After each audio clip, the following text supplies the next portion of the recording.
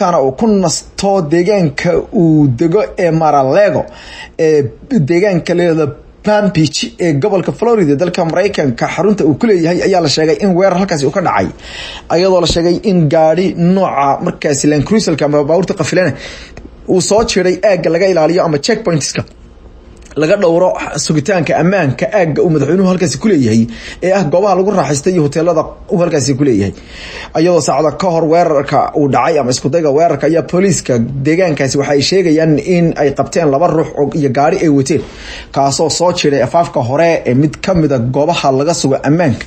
ama bar control oo ammaanka laga ilaaliyo deegaankaasi dadka gudaha ku jiray ayaa la sheegay inay saacado badan halkaas ku xanibnaayeen madaxda ammaanka dhinaca ammaanka iyo sugista gaar ahaan hay'adda Secret Service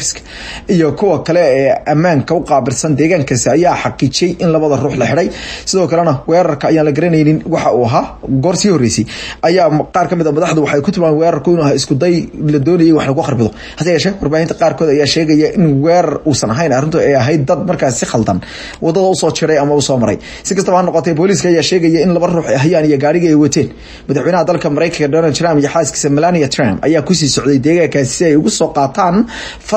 markaas labada maalmood ee Sabtida iyo Axadda ayadoo la sheegay inay halkaas ku soo markaas jimicsanayeen si kastaba noqotee waa markii labaad ama saddexaad ee qulqulatooyin ay ka dhacaan deegaanka madaxweynuhu ku nasto dad badan oo madaxweynaha afkaartiisa dhinaca siyaasadda ka soo horjeeda ayaa mararka qaarkood weerar qaada ayadoo kuwa kale lagu tilmaamay inay yihiin kuwa isku dayo argagixiso waxay arrintan ku soo beegmaysaa iyadoo madaxweynaha dalka Mareykanka wuxuu qalinka ugu duugay markaas dekreetada oo goor dhaweeto uu ku saxay aqalka cad ee dalka Mareykanka isagoo 6 wadan oo dheeraad ah oo muslimiin u badan ku daray liiska dalalka laga xakameynayo dalka Mareykanka in muwaadiniintoodu ay soo galaan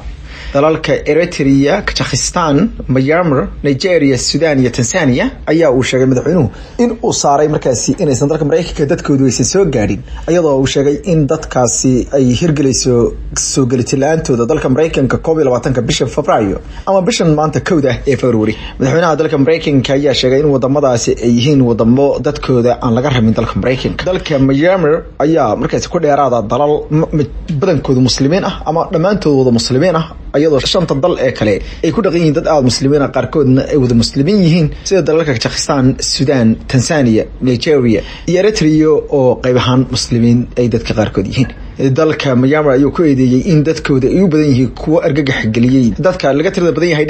ee uguruska la yiraahdo Rohingya isagoo sheegay